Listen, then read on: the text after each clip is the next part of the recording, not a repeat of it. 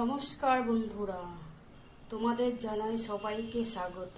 আজকে আমি একটা নিরামিষ রেসিপি নিয়ে চলে এসেছি। সেই রেসিপিটির নাম হলো আলু লাউ ডাঁটার পোস্ত। আলু কেটে ধুয়ে রেখেছি, লম্বা লম্বা করে কেটে নিয়েছি। লাউ ডাঁটাকে ভালো করে চোখা ছুলে নিয়েছি। কড়াইয়ে সর্ষের তেল দিয়ে দিলাম অল্প একটু, কালো জিরে ফোড়ন দিচ্ছি। এখানে দুটো কাঁচা লঙ্কা চিড়ে নিয়েছি, একটু ভালো করে ভেজে নিলাম। লঙ্কার গন্ধটা ভালো বেরিয়েছে। আলুগুলো দিয়ে দিচ্ছি।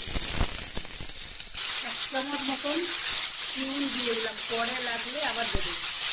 অল্প হলুদ দিয়ে দিচ্ছি। আলুটাকে ভালো করে ভাজতে দিলাম। আলুগুলো লাল করে ভাজা হয়ে গেছে, এবার আমি ডাঁটাগুলো দিয়ে দেব।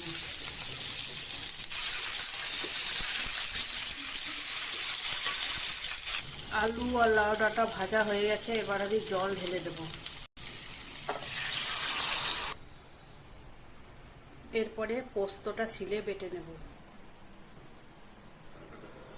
লাউ ডাঁটা আলু আমার সিদ্ধ হয়ে গেছে, জলও মুড়ে গেছে। এবার আমি পোস্তটা দিয়ে দেব।